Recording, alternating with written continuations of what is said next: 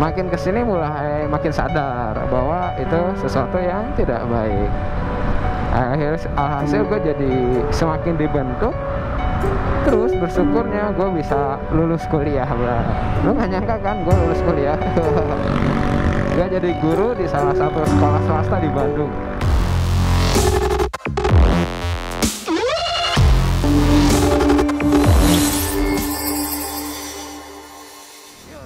Yo, sudah apa kabar? Gimana kabarnya? Semoga baik-baik saja ya. Kembali lagi bersama Scoopy Motorrider, channel yang tidak hanya memberikan sensasi riding, tapi memberikan suatu pencerahan bagi kalian para pria-pria kesepian. Aduh, hampir. Jadi kali ini hanya sekedar riding saja, habis cari makan. Gue mau sambil nunjukin nih begitu ramainya masa era new normal life atau AKB, adaptasi kehidupan baru. Gimana situasi kota kalian, Bray? Iya, di sini ramai ya. Lihat ini Bandung, Bray, seger banget kan? Macet juga. Enaknya jalan tuh gini ya, kalau misalkan di sekitar kanan kiri kita tuh ada pohon, seger pisan, sejuk gitu ya. Gua harap mah kelestarian ini terus dijaga. Soalnya kalau yang suka riding kan, kalau lihat situasi yang kayak gini kan enak banget. Sedap asli. Jadi kali ini kalian simak aja video ini ya. Oke.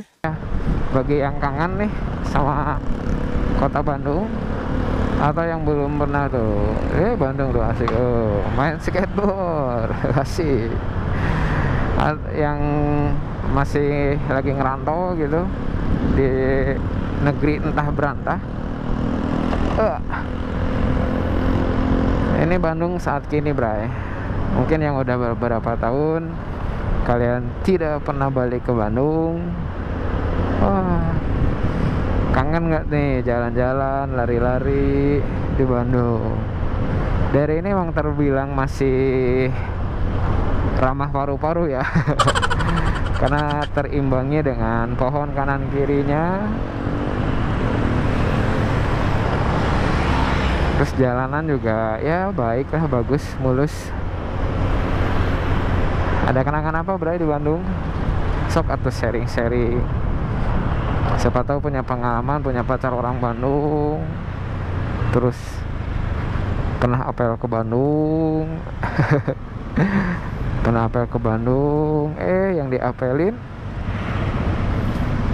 malah kawin sama orang lain. Kawin sama orang lain. Pedih sih ya. Dasar kenangan. Mengenai kenangan, banyak hal yang mau gue ceritain ini tentang masa lalu ya. Ya gue yakin semua orang punya kenangan kan. Ya gue rasa kalian pun juga punya kenangan. Nah, gue punya kenangan yang asik nih di Bandung gitu. Selama gue hidup di sini gitu, banyak hal yang dapat membentuk gue. By the way, gue teh SMA 5 tahun, Bray. SMA pertama gue dikeluarin karena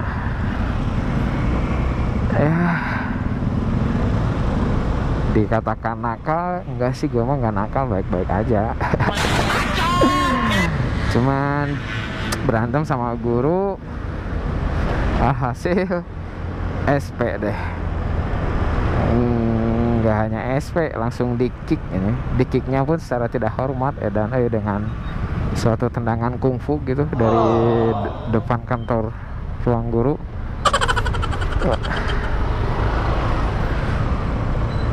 Ya itu Bandung ramah-ramah, bro ya. Di tendang di depan ruang guru gitu, diusirnya tuh udah kayak di kick gitu. sampai gerbang. Sepele masalahnya. Jadi masalahnya teh kan gue kan STM tuh. Jadi pas STM teh kita nggak boleh nggak boleh pakai gelang. Nah gue pakai gelang yang kecil, hitam di sini nih, yang kecil gitulah, tapi banyak karena ngerasa keren aja kan, apalagi gue dulu teh aktif di band gitu.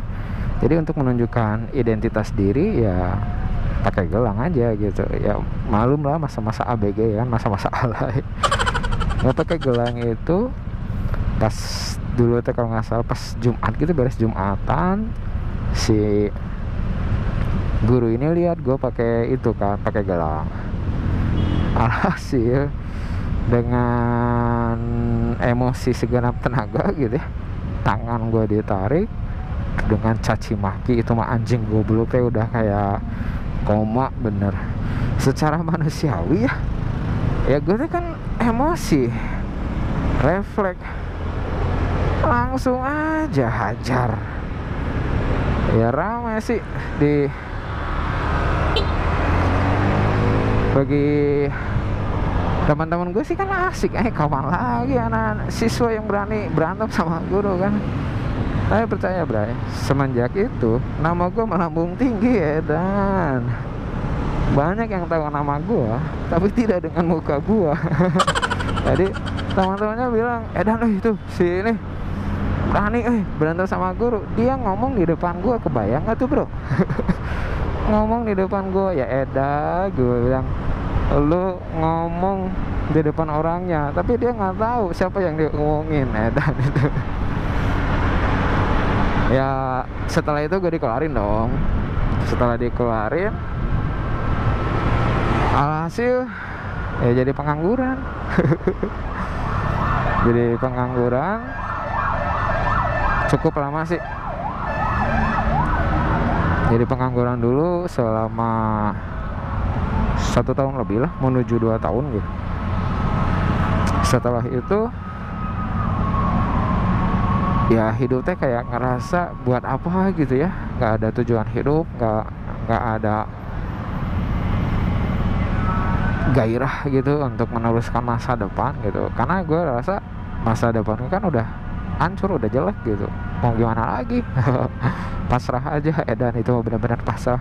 Yang sempat ngerasain down teh benar-benar down gitu. Terus bersyukurnya gue karena ternyata gue di rumah juga tidak bersahabat dengan penduduk yang ada di rumah. Gue diusir. Setelah diusir akhirnya gue ngamen. Tempat ngamennya nanti deh gue tunjukin. Gue ngamen di situ udah cukup lama. Nah, kenal dengan anak-anak jalanan di situ baru deh benar-benar ngasih sudut pandang yang berbeda tentang kehidupan. Yang begitu kerasnya seperti apa? Dan gelo itu mah. Lo kebayangkan ya kalau lo ngamen sehari paling dapat 10.000, 12.000, belum buat beli rokok, belum buat beli makanan yang lainnya gitu. Ngerasa kehidupan tuh gini-gini doang gitu, gini-gini aja gitu. Jadi gue pikir Edan mau sampai kapan gitu. Nah, disitulah tercetus suatu panggilan untuk membenahi hidup lagi gitu. Ya mau nggak mau kan lu harus bisa nerima konsekuensinya gitu. Kayak gue udah lama jadi pengangguran, udah lama jadi anak jalanan gitu. Kerasa banget gitu mindernya seperti apa, harus balik lagi. Masalahnya gue balik tidak meneruskan tingkat pendidikan yang lama gitu, tapi harus kembali memulai dari nol. Kan berat banget bray. Teman-teman gue udah mau lulus gitu kan, gue harus kembali pakai putih abu. Berat itu masalahnya asli. Tapi makin kesini sih langsung berpikir gitu ya, kapan lagi kan, ibaratnya nasi udah jadi bubur, kalau nggak gue makan ya dibuang. Akhirnya gue terima suatu tantangan untuk memperbaiki hidup gue. Bersyukur gue lulus di SMA yang kedua, di STM yang kedua gue lagi-lagi masuk ke STM. Meskipun di awal-awalnya masih sering bolos. Ini banyak nih teman-teman gue yang tahu bolosnya teh main PS ya kan, nongkrong di warung, di kantin. Masuk kalau misalkan nggak ada masuk kalau misalkan ada PR, ya udahlah. Titip absen atau pokoknya mah cabut aja ya. Itu awal-awal gitu, masih belum bisa pulih 100% gitu. Makin kesini mulai makin sadar bahwa itu sesuatu yang tidak baik. Alhasil gue jadi semakin dibentuk. Terus bersyukurnya gue bisa lulus kuliah, bro. Lu gak nyangka kan gue lulus kuliah. Gue jadi guru di salah satu sekolah swasta di Bandung. Tapi bersyukurnya dengan cara pengalaman gue yang dulu, gue jadi tahu gitu ya kebutuhan anak-anak ini seperti apa. Karena gue yakin masa-masa remaja itu mereka masih butuh dirangkul, mereka masih butuh ya dianggap sahabat, supaya ketika kita menyampaikan sesuatu mereka bisa terima dengan lapang dada. Dan itu benar-benar terbukti, bro. Yang paling penting apa ya, benar-benar bersyukur gitu. Karena ketika lo bisa bersyukur dengan keadaan lo, itu ternyata membuat hidup lo bisa lebih ringan. Membuat lebih ringannya itu gimana? Karena ketika ternyata itu udah lewat gitu ya masanya, lu berkaca gitu, dulu gua teh begini ya, ternyata Tuhan punya sesuatu yang baik untuk bekal gua di masa depan. Meskipun gua harus melaluinya dengan cercaan, dengan sakit hati, dengan hal-hal yang sangat menyakitkan gitu. Tapi ternyata Tuhan itu ngasih sesuatu yang luar biasa. Dari situ gue jadi belajar. Masa lalu gue yang buruk itu jadi bekal gue buat masa depan. Ya, enjoy pokoknya mah. Jadi buat teman-teman semua yang mungkin saat ini lagi masa-masanya galau, masa-masanya menghadapi hidup yang sangat sulit, udahlah bro, nikmatin aja. Memang sih gampang ya kalau ngomong, bener gampang bisa kalau ngomong. Pas menghadapinya itu, aduh, ya gue juga ngerasain itu. Tapi yang paling utama teh, kita harus bisa lebih kenal diri kita sih. Ketika lu udah punya tujuan, ya udah bro, apapun yang terjadi di depan kita itu menjadi suatu bekal buat kita, jadi suatu buat pembelajaran gitu loh.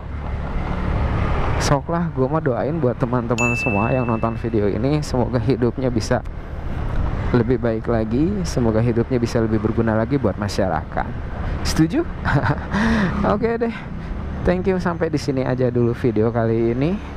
Kiranya setiap apa yang gue sharingkan ini dapat berkenan di pendengaran kalian. Semoga bisa jadi hal yang baik lagi. Thank you, bro. Have a nice day. God bless.